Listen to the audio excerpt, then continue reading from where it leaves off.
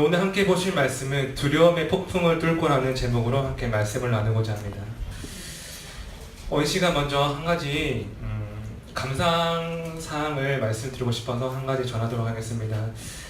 지금 저와 함께 이제 수련목 1년차 시작하신 많은 이제 한 150분에서 또 이제 담임자로 이제 되신 분들은 이제 150명 플러스 알파로 이제 올해 1년차 수련목을 시작하게 되었습니다.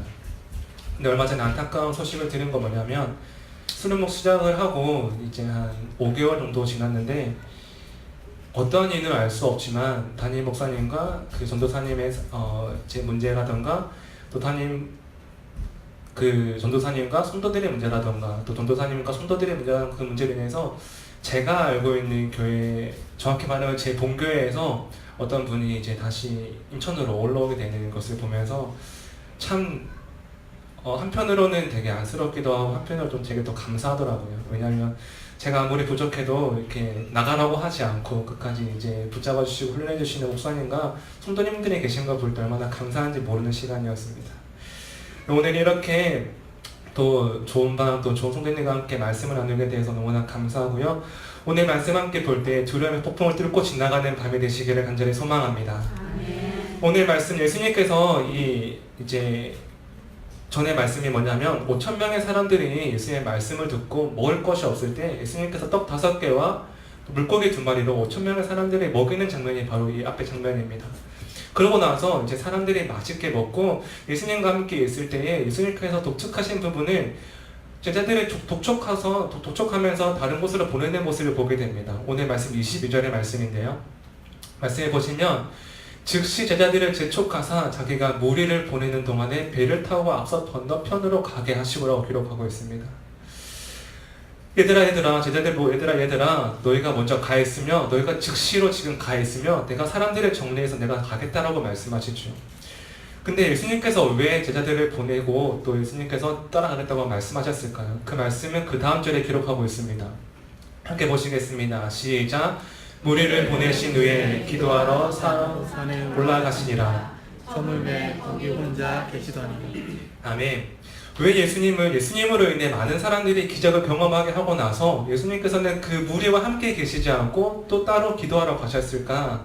그 이유는 오병이어의 기적, 즉 떡 5개와 물고기 2마리로 5,000명의 사람들이 먹고 나서 사람들이 이제 막 웅성웅성거리기 시작하는 겁니다. 와, 우리를 이제 이렇게 먹게 하시고 배부르게 하시고 이렇게 우리가 어려운 가운데 처하지 않게 하십니까? 바로 메시아다라고 예수님을 이렇게 추앙하기 시작하는 상황이 이루어진 겁니다. 근데 그때 예수님께서는 그 무리를 피하사 따로 하나님과 일대의 관계를 가지시기 위해 기도하러 가시는 모습을 보게 되는데 그 이유가 무엇일까? 그 이유는 예수님의 삶을 볼 때에 예수님은 이 땅에 육신의 몸을 입고 오신 그 뒤로 단 한 번도 자기를 위해 영광을 취한 적이 없었다는 것입니다. 사람들이 예수님 가운데 예수님을 이렇게 추앙하며 예수님 가운데 화려한 가운데 걸어가실 수 있었는 그 상황 가운데 예수님은 그 사람들 사이 가운데 화려한 가운데 거하지 않고 여전히 자신의 능력 되시고 자신의 힘이 되시는 그 하나님께 기도하러 갔다는 것이죠. 사랑하신 여러분, 저는 오늘 우리의 삶이 예수님이 화려하게 살아가는 것이 아니라 늘 기도 자리에 계신 것처럼 우리 삶도 그 자리에 계시기를 간절히 소망합니다. 오늘 우리는 예수님이 자신 낮추시는 그 모습과 기도하러 가시는 그 모습을 통해 우리의 삶 가운데 우리가 어떻게 두려움의 폭풍을 뚫고 나갈 것인가를 함께 나누어 보고자 합니다. 먼저 우리는 두려움이라는 것에 대해서 알 필요가 있습니다. 사실 사람은 누구나 다 두려움을 가지고 살아가는 존재입니다. 저도 참 두려움이라고 하기에는 저는 참 되게 겁이 많은 사람이었습니다. 부끄러운 고백이지만 저는 고등학교 2학년 때까지 불 끄고 자는 게 무서워가지고 그 유아용 그 주황색깔 불 혹시 아시나요? 이렇게 꼽으면 불 나오는 거. 저는 고등학교 2학년 때까지 그 불을 켜고 잤습니다. 무서워가지고. 그런데 제가 군대에 갔는데 제 보직이 뭔지 아십니까? 많은 예를 들면 총을 쏘는 육군, 전투중대, 화기중대, 통신병 있는데 저는 제 보직이 뭐였냐면은 보일러병이었습니다. 보일러병이 뭐냐면 꼭 필요한 존재입니다. 병사들이 씻을 때 그 보일러를 틀어서 따뜻하게 물을 데워줘서 씻게 할 수 있는 아주 중요한 보직이었는데요.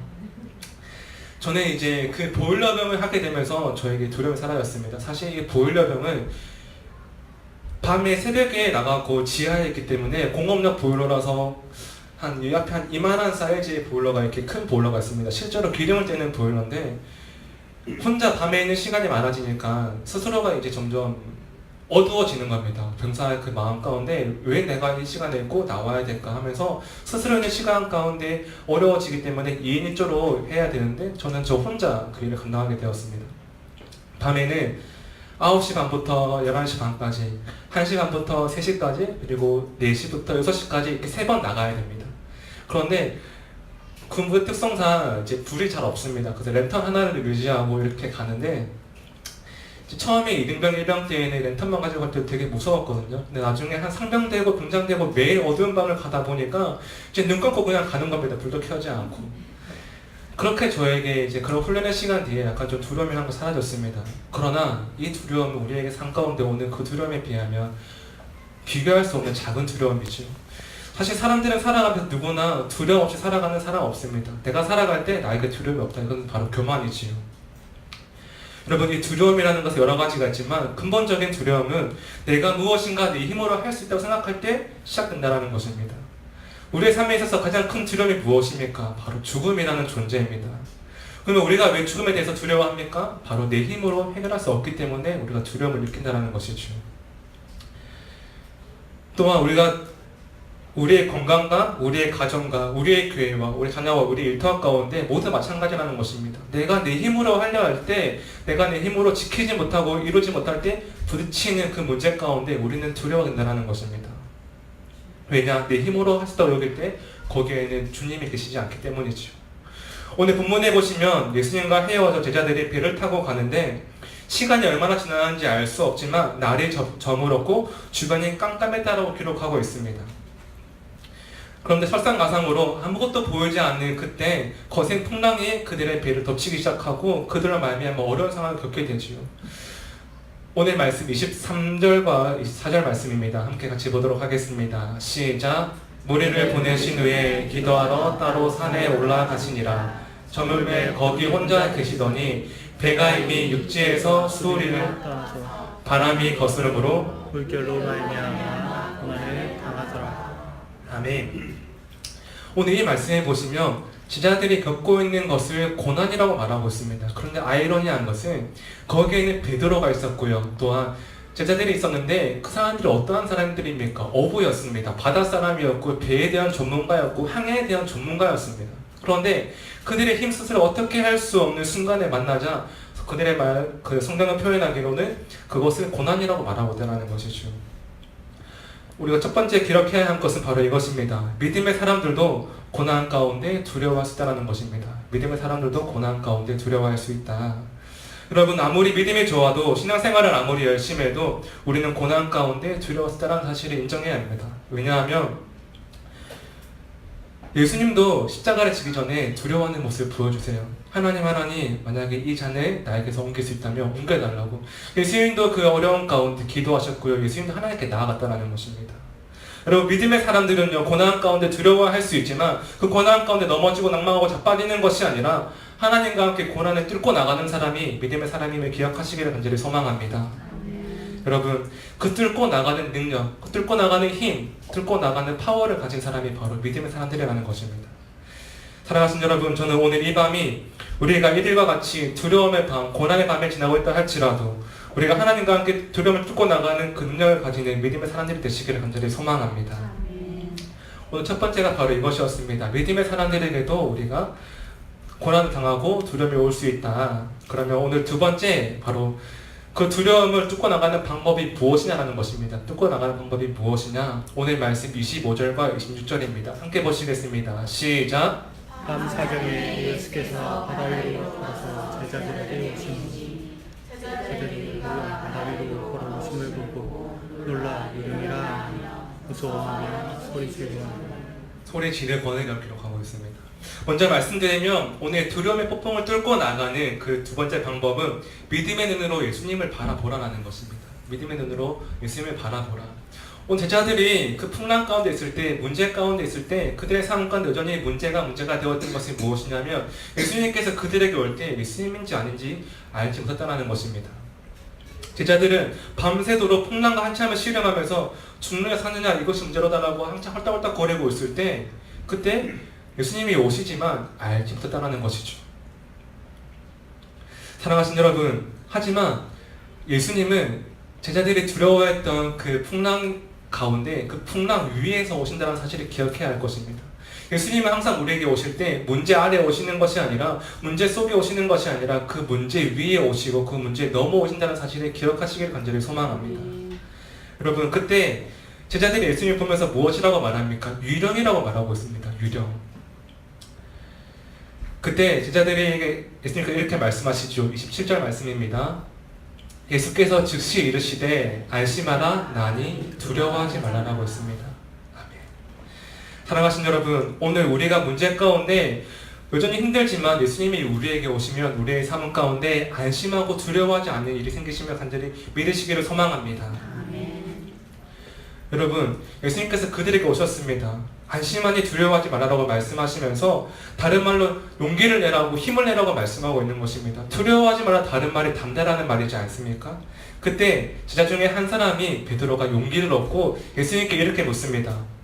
28절과 29절인데요. 같이 봅니다. 시작. 베드로가 대답하여 이르되 주여 만일 주님이시거든 나를 명하사 물 위로 오라 서서 하니 오라 하시니 베드로가 배에서 내려 물 위로 걸어서 예수께로 가되. 아멘. 오늘 말씀해 보시면 베드로가 예수님 만약에 예수님이면 나로 예수님과 같이 걸어가게 달라고 말을 하고 있습니다. 그때 예수님께서 이렇게 말씀하시죠. 그 다음 절 29절입니다. 오라 하시니 베드로가 배에서 내려 물 위로 걸어서 예수께로 가되. 예수님은 오라고 말씀하십니다. 오라, 나에게로 오라. 그런데 그 다음 절에 베드로가 용기를 얻고 앞으로 나아갑니다. 그런데 그때 이런 일이 생겨납니다. 바람을 보고 무서워 빠져 가는지라 소리질러 이르되 주여 나를 걸어서 하니. 오늘 베드로가 왜 예수님을 향해 물 위로 걸어가다가 빠졌을까? 단순하고 명료합니다. 베드로의 시선이 예수님의 오라라는 그 명령 가운데 순종하여 나아갔지만 예수님이 아니라 풍랑 가운데 바람을 보고 그의 시선이 빼앗겼을 때 그가 빠지게 됐다는 것이죠. 오늘 베드로의 시선이 예수님에게서 문제에게로 옮겨갔기 때문입니다. 또한 두 번째는 베드로에게는 아직까지 믿음의 훈련과 믿음으로 두려움을 넘어서는 그 훈련이 필요했기 때문이라는 것입니다. 오늘 말씀을 가만히 보시면 예수님의 모습들과 제자들의 모습이 너무나 비교되지 않습니까? 예수님의 모습은 처음부터 기도하러 가는 모습이셨고요. 제자들의 모습은 풍랑 가운데 어려워하는 모습을 보여주고 있습니다. 이 마태복음 기록한 저자는 왜 이렇게 분명하게 비교되는 모습을 우리에게 보여주고 있는 것일까요? 단순하고 명료합니다. 우리가 폭풍 가운데 두려움을 뚫고 갈 수 있는 방법은 예수님처럼 기도할 때 가능하다는 것을 보여주기 위함이라는 것이죠. 오늘 마지막 세 번째가 바로 이것입니다. 믿음의 훈련이 우리를 성장시킨다는 것이죠. 믿음의 훈련이 우리를 성장시킨다. 사실 오늘 말씀에서 주님과 가장 대표적으로 비교되는 사람이 바로 베드로입니다. 그런데 또 한 가지는 가장 비교되고 물에 빠지는 모습이 베드로이지만 또 한 가지로 가장 변화를 갈망하고 그에 대한 열정이 있었던 사람이 또한 베드로라는 것입니다. 저는 오늘 이 밤 우리의 삶 가운데 여전히 우리가 문제가 다가올 때 풍랑 가운데 허우적거리다가 겨우 살아나는 사람들이 되는 것이 아니라 오늘 말씀을 통하여 우리를 걸어오신 그 주님과 같이 기도하는 삶을 살아갈 때 우리의 삶 가운데 그 능력이 생기게 하시기를 간절히 소망합니다. 그러면 오늘 우리의 삶 가운데 어떠한 삶이 필요할까? 바로 기도하는 삶이 필요하다는 것입니다. 기도하는 삶이 필요하다. 처음에 말씀드린 대로 예수님은 5,000명을 먹이시고 난 뒤에 바로 기도하러 가셨습니다. 예수님은 5,000명을 먹이시고 사람들의 환호와 사람들의 기대 가운데 화려한 가운데 거하신 게 아니라 여전히 주님은 그가 살아오신 그 방법대로 기도하러 가셨다는 것이죠. 성경은 이미 우리에게 답을 말하고 있습니다. 너희 문제는 예수님을 따라 기도하는 삶을 살아갈 때 두려운 폭풍을 뚫고 나갈 수 있는 능력이 생긴다고 말이죠. 여러분, 기도하는 사람은 하나님의 아들임을 증명하는 사람들이라는 것입니다. 오늘 말씀 33절 같이 보시면 이렇게 기록합니다. 함께 보시겠습니다. 시작. 배에 있는 사람들이 예수께서 저라면 진실로 하나님의 아들이로소이다. 아멘. 오늘 예수님께서 그 문제를 해결하신 그 근본적인 능력은 바로 기도하는 삶에 있는데 예수님께서 기도함으로 말미암아 그 문제 가운데 풍랑을 잠잠하게 하셨을 때 사람들의 고백이 무엇입니까? 예수님은 진실로 하나님의 아들입니다라는 고백이 있었다는 것입니다. 사랑하신 여러분, 오늘 우리의 삶 가운데에도 우리가 믿음으로 고백하며 기도하며 나아갈 때 우리의 삶 가운데 하나님의 아들이라는 그 고백이 새겨지는 밤이 되시기를 간절히 소망합니다. 아멘. 여러분, 기도하는 그 삶이 예수님은 하나님의 아들로 증명하셨습니다. 오늘 우리를 증명할 수 있는, 오늘 우리가 하나님의 아들로서 증명할 수 있는, 하나님의 딸로서 증명할 수 있는 그 삶이 바로 기도하는 삶이라는 것이죠.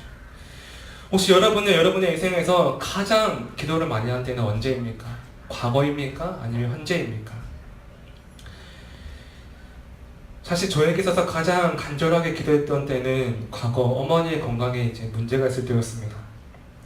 사실 저희 집은 평탄하게 살아왔고 또한 모태신앙이 그러하듯이 이렇게 큰 굴곡이 없는, 그러니까 평탄한 삶을 살아왔던 그냥 가정이었습니다. 근데 시간이 지난 지금의 하나님께서 왜 우리 가정 가운데 어머니에게 건강의 문제를 허락하셨을까라는 것을 돌아보게 될 때에 하나님께서 우리의 가정 가운데 회개의 영을 부으시고 또한 기도하기 원하시다는 것을 알게 됩니다. 잠시 말씀을 드리면 저희 어머니는 지금도 이렇게 무릎 양쪽에 연골이 없으세요. 그래서 거동이 좀 불편하십니다. 저희 집은 제가 어렸을 때 잘 사는 편도 아니었고 막 못 사는 편도 아니었습니다. 그냥 열심히 살아가는 가정이었는데 어렵게 이제 집을 장만하고 나서 그 집에 살아갔는데 어머니께서 매일같이 이제 방을 다니시면서 무릎으로 걸레질을 다 하셨습니다. 또한 뿐만 아니라 저희 자녀들의 양말을 또 쪼그려 앉아가지고 손빨래를 다 하셨습니다. 저는 그때 그게 어머니에게 연골에 그렇게 안 좋은 건지 몰랐습니다. 그래서 제가 이제 만나는 분들마다 절대로 무릎으로 하지 말라고 꼭 말씀을 드리는데 저희 어머니가 그렇게 살아오시다가 이제 연골 다 나간 겁니다. 그렇게 이제 걸음이 불편한 시기가 오면서 저희 어머니가 또 한 가지 이렇게 문제가 겹친 것이 무엇이냐면 바로 갱년기라는 문제였습니다. 저는 갱년기가 그렇게 무서운 건지 몰랐습니다. 여러분들 갱년기를 잘 지나가시는 애가 있으시기를 간절히 소망합니다. 여러분, 갱년기를 지날 때 문제 가운데 갱년기가 겹쳐지니까 저희 어머니의 아버지를 볼 때 저는 정말 믿음의 어머니, 믿음의 아버지라는 그런 프라이드가 있었습니다. 근데 그게 완전히 깨어지더라고요. 아니, 저희 어머니가 이제 그 갱년기가 오면서 못 걷는 상황 가운데 병원을 아무리 다녀봐도 병원에서 진단을 할 수가 없는 겁니다. 그러니까 병원에서 말하기를 자가 면역 질환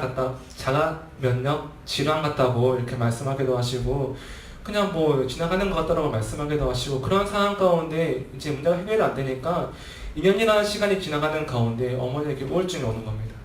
근데 때는 여름에 누워서 있는데 이제 침대 맞은편에 겨울옷이 걸려 있었습니다. 그런데 어머니께서 하시는 말씀이 내가 올 겨울에 저 옷을 입을 수 있을까 이렇게 말하는 겁니다. 사실 그때 저는 정말 어머니와 아버지에 대해서 정말 많은 실망을 했었습니다. 아니 어떻게 믿음의 사람인데 이 위기를 넘어갈 수 없을까. 근데 제가 시간이 지나면서 깨닫게 된 것이 무엇이냐면 제가 어머니를 그렇게 판단하고 어머니에게 말할 때 내 속에 우리 가정 가운데 예수님이 계시지 않았다는 사실을 알게 되었습니다. 예수님이 계시지 않으니까 점점 부모님에 대한 원망이 올라가는 겁니다. 아니 엄마인데 믿음의 사람인데 왜 이렇게 해결하지 못할까. 한 2년 정도 정말 힘든 시간을 보냈던 것 같습니다. 그런데 어느 때가 되니까 하나님께서 저희 가정 가운데 주님에 빠져있는 그 가정 가운데 예수님이 찾아오는 은혜를 허락하시면서 제일 먼저 나타난 변화가 무엇이냐면 우리의 잘못을 회개하게 하시더라고요. 그동안 어머니와 아버지에게는 자녀가 우상이었습니다. 무조건 자녀가 우선이었고요. 자녀에 대한 문제 때문에 참 많은 이제 죄를 짓게 되는 모습을 어머니 아버지께서 고백을 하시더라고요. 저와 제 동생도 고백합니다. 그동안 우리가 어머니와 아버지와 이렇게 할 때 불순종의 삶을 살았다고. 그렇게 이제 기도의 훈련이 시작되었습니다. 그러고 나서 지금은 다리가 불편하시지만 그래도 거동하시는 삶 가운데 걸어가고 있습니다. 여러분 오늘 가장 예수님과 함께 비교되는 사람이 바로 베드로라는 사람입니다. 근데 그의 인생을 보면 참 다이나믹하지 않습니까? 베드로의 삶을 보면 몰리를 걸어다가 빠지게 되고 또 그가 시간이 지나서 예수님을 3번 부인하게 되고 또 예수님께서 오셨을 때 예수님을 또 알지 못한다고 부인하면서 심히 통곡하는 은혜를 보게 됩니다. 베드로의 인생 가운데 그렇게 심하게 울었던 때가 언제냐면 이 다음 절에서 기록하고 있습니다. 함께 같이 보시겠습니다. 시작. 이에 베드로가 예수의 말씀에 다 울기 전에 내가 3번 나를 부인하리라 하심이 생각나서 밖에 나가서 심히 통곡한다. 아멘. 베드로의 인생 가운데 가장 심하게 울었던 적이 바로 이때였습니다. 예수님을 3번 부인했을 때.